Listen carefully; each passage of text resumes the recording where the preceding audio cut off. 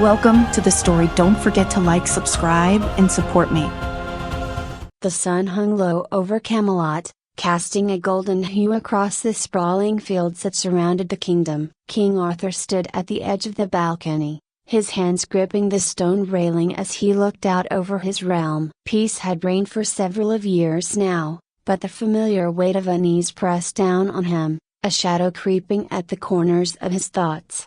Behind him, the door to his chamber creaked open, and the soft, deliberate footsteps of Merlin approached. "Arthur," the wizard's voice was gentle yet firm, a sound the king had grown to rely on through the many trials they'd faced together. "It's time we talked." Arthur didn't turn. "I've felt it too, Merlin," he said, his voice steady but low. "Something dark is brewing." "What is it this time?" Merlin came to stand beside him, his long robes brushing against the stone floor. "Morgana," he said simply, and the weight of the name hung heavy in the air between them. Arthur closed his eyes briefly, a sigh escaping his lips. "She never rests, does she?" "She's after something ancient," Merlin continued. "Something powerful." "The fountain of immortality." Arthur finally turned to face his old friend, his brows furrowed. "I've heard tales of that fountain." "A myth, isn't it?" "I once thought so," Merlin admitted, "but the fountain is real. It's hidden deep in the ancient forest of Avalon. Its waters grant eternal life, and Morgana plans to use its power to resurrect creatures far worse than anything we've ever faced, beings from a time before Camelot itself." Arthur stood tall, his jaw set with determination. "Then we'll destroy it." "We can't let her find it, Merlin." The wizard nodded. "That's why we must leave at dawn. The journey will be perilous, but we have no choice. If Morgana succeeds, Camelot will fall." As the first light of dawn broke over the horizon, Arthur and Merlin mounted their horses, accompanied by a small group of loyal knights. The road ahead was long and dangerous, but each man rode with the resolve that only comes from knowing the fate of the kingdom rested on their shoulders. They traveled through the lush fields surrounding Camelot, the morning air cool against their skin. The further they rode from the safety of the city, the darker the skies grew, as if nature itself understood the danger that loomed. By midday, they reached the edge of the forest of Avalon. Its trees were ancient, their trunks thick and gnarled, their branches twisted like the fingers of some great beast. The air here was thick with magic, a tangible force that made the horses restless. Arthur dismounted, his hand resting on the hilt of Excalibur as he surveyed the forest. "This is it," he murmured. "We go in on foot." Merlin stepped forward, his staff glowing faintly in the dim light of the forest's edge. "Stay close. The forest is alive with enchantments. It'll try to confuse us, lead us astray." With a nod from Arthur, the group pressed on, stepping beneath the shadowy canopy of the forest. The air was cooler here, the ground soft with layers of fallen leaves and moss. Every sound, every crack of a twig, every rustle of the underbrush all seemed amplified, and the knights kept their hands close to their swords. The deeper they went, the more disorienting the forest became. Paths that seemed to lead forward would suddenly twist and turn back on themselves, and strange, flickering lights danced at the edges of their vision. It wasn't long before they realized they were not alone. Out of the mist came the sound of hooves cloven, heavy hooves that pounded against the forest floor. Arthur drew Excalibur, its blade gleaming even in the dim light. "Steady," he warned his men. From the trees, a massive beast emerged, its skin a leathery gray, horns curving out from its skull, eyes burning with an unnatural fire. It was a creature of old magic, one that should have been long extinct. And it was not alone. 3 more of its kind stalked from the shadows, their growls rumbling like distant thunder. Arthur gave the signal, and his knights moved into formation, swords drawn. Merlin raised his staff, the air crackling with magic as he began to chant in an ancient tongue. The beasts roared,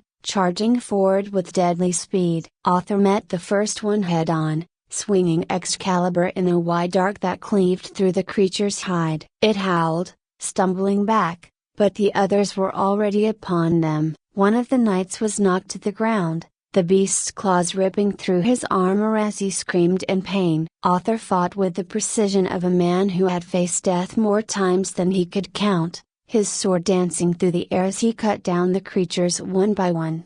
Meanwhile, Merlin's magic flared, bolts of energy striking the beasts and sending them reeling. But even as they fought, it became clear that these creatures were only a taste of what awaited them deeper in the forest. With the final beast slain, the group regrouped, panting and bloodied. "Is this what Morgana has in store for us?"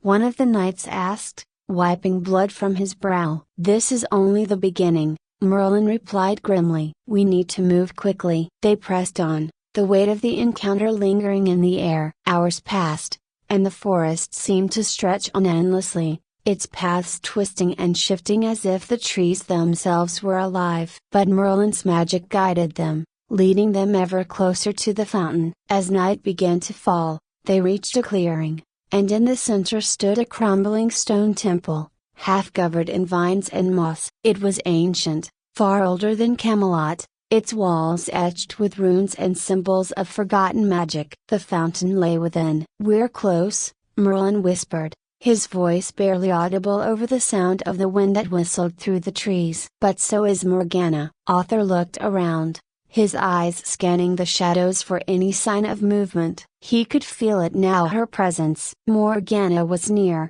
and with her, the full force of her dark magic. "Stay alert," Arthur ordered. "She won't let us take this easily." As they approached the temple, the ground beneath them began to tremble. The runes on the stone walls glowed faintly, and from the shadows emerged a figure cloaked in darkness. Her eyes, glowing with malevolent power, locked onto Arthur's. "Welcome, dear brother." Morgana's voice was a silky hiss, dripping with malice. "I knew you would come." Arthur gripped Excalibur tightly, stepping forward. "This ends here, Morgana, whatever you're planning." "Oh, Arthur," she interrupted, her laughter cold and sharp. "You're always so noble, so predictable. But you don't understand, this isn't about me. It's about you. I've seen it, you know. The way you've been looking at the future, wondering if you have enough time. Wondering if Camelot will last without you." Arthur's heart clenched. He had thought about it,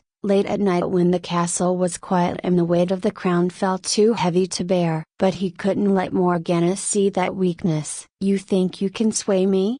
he growled. "I won't fall for your tricks." "This isn't a trick, Arthur," Morgana purred, stepping closer. "This is destiny. You, of all people, deserve to drink from the fountain. Imagine eternal life. You could protect Camelot forever. No more wars, no more bloodshed. You would have all the time in the world to create the perfect kingdom." Arthur hesitated, her words striking at the very heart of his fears. Immortality, the chance to rule forever, to protect his people, his kingdom, from the passage of time. It was tempting. Too tempting. "Don't listen to her, Arthur," Merlin warned, stepping forward. "The fountain is a curse, not a gift. It binds you to it, traps your soul for eternity." Morgana's smile faded, her eyes narrowing. "You've always been such a thorn in my side, Merlin. But no matter, I don't need you to agree." With a wave of her hand,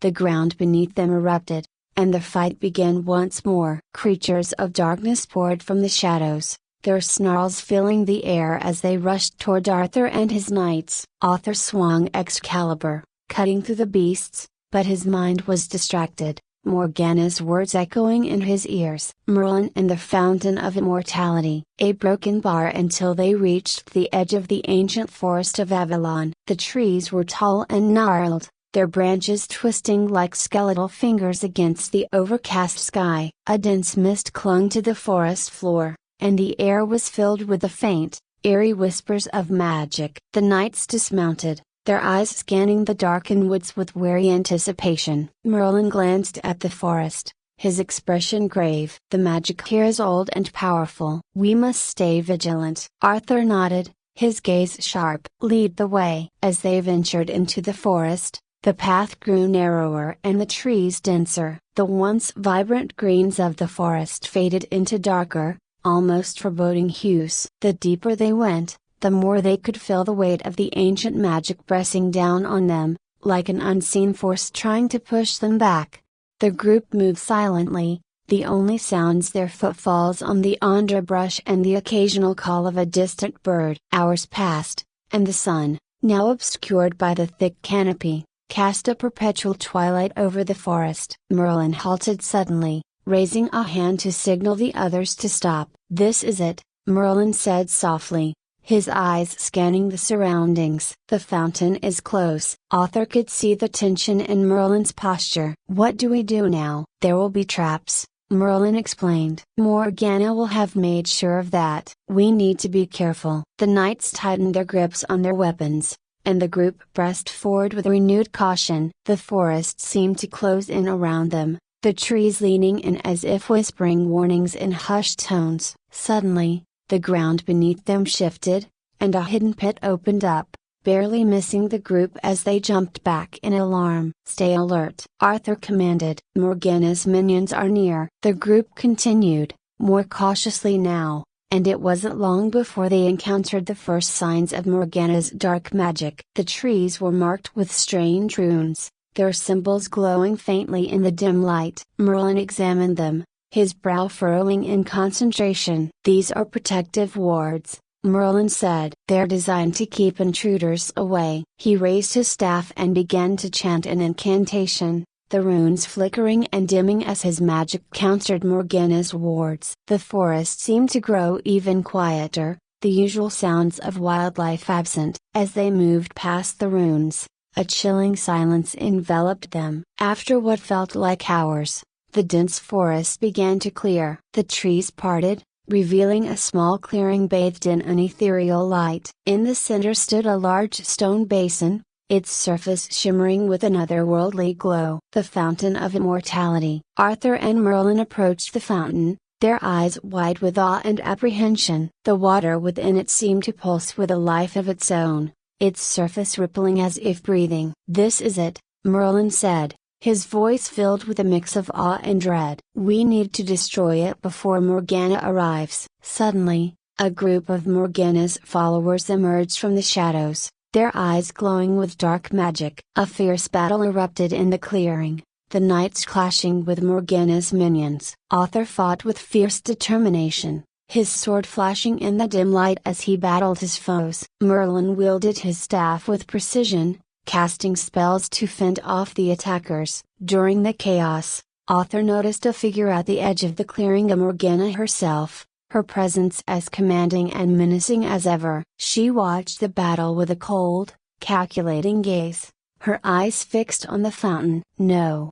she cried out, her voice carrying an edge of desperation. "You will not take it from me." Arthur and Merlin pushed their way through the fight, determined to reach the fountain. Morgana's magic lashed out at them, dark energy crackling through the air. Merlin countered with powerful spells, but the strain was visible on his face. Arthur reached the fountain, his breath coming in ragged gasps. He raised his sword, ready to strike the basin. But as he swung, the fountain's waters surged upward, forming a swirling vortex of power. A vision flashed before Arthur's eyes: a Camelot in flames, its people fleeing in terror, and himself standing alone, immortal, watching it all unfold.